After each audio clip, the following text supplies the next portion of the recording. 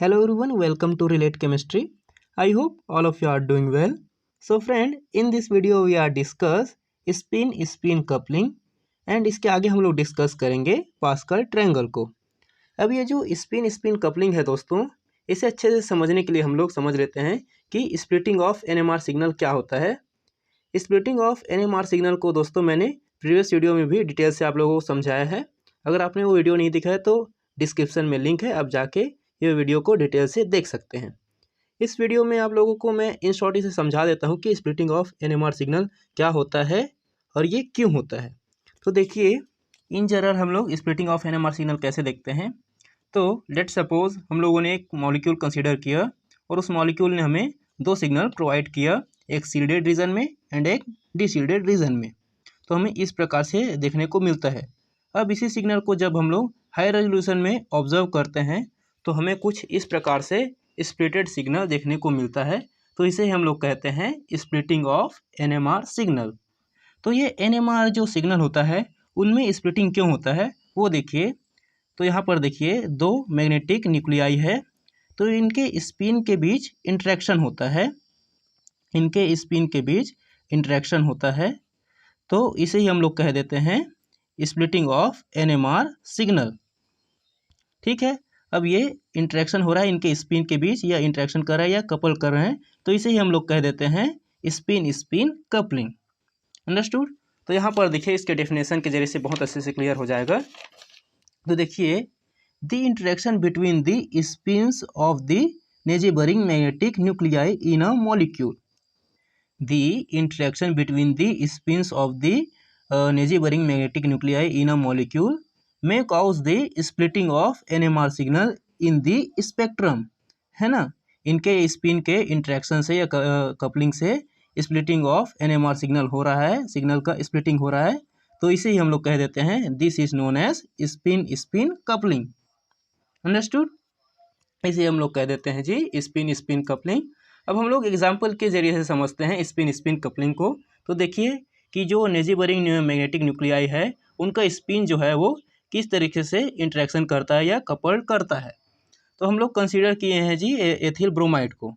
तो देखिए the spin of two protons CH2। तो देखिए ये इसका स्ट्रक्चर होता है CH3 CH2 एंड ब्रोमीन। तो हम लोग इस वाले प्रोटॉन को कंसीडर करके चल रहे हैं ना, CH2 में जो प्रोटॉन है उसे। The spin of two proton CH2 can couple with the adjacent methyl group, है ना, in 3 different way relative to the external field. और ये जो कपलिंग है वो 3 डिफरेंट वे में हो रहा है, 3 different way to alignment are, है ना। और ये 3 डिफरेंट वे से ये अलाइन होता है। तो देखिए किस तरीके से ये कपल करता है जो CH2 का प्रोटॉन है वो एडजेसेंट मेथाइल ग्रुप के साथ। तो देखिए यहाँ पर है हमारा दो प्रोटॉन, CH2 का दो प्रोटॉन यहाँ पर प्रेजेंट है।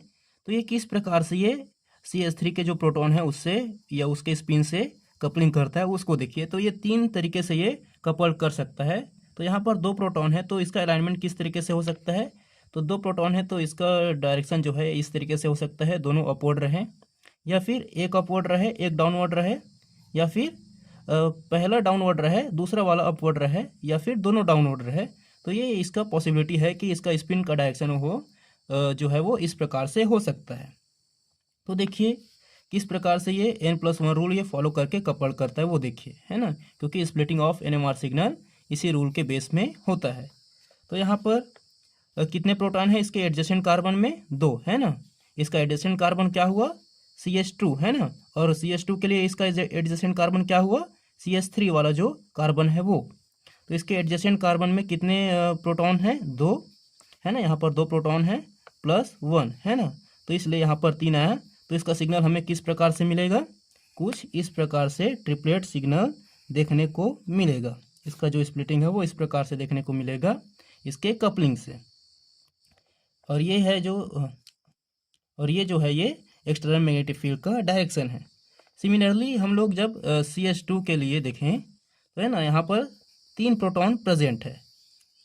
तो इसका किस प्रकार से इसका स्पिन का अलाइनमेंट हो सकता है, तो वो देखिए कुछ इस प्रकार से इसका स्पिन का अलाइनमेंट हो सकता है ना। तो देखिए यहाँ पर हम लोगों ने जब N+1 रूल लगाया तो इसके एडजेसेंट कार्बन में यानी कि इस वाले कार्बन में 3 प्रोटॉन प्रेजेंट है ना। तो इसलिए हम लोग कर दिए 3 + 1 = 4। ओके, यहाँ तक क्लियर है। तो इसका स्पिन का अलाइनमेंट इस प्रकार से हो सकता है, या फिर तीनों जो है वो अप फील्ड में रहे, या फिर 2 अप फील्ड में रहे, 1 डाउन फील्ड में रहे।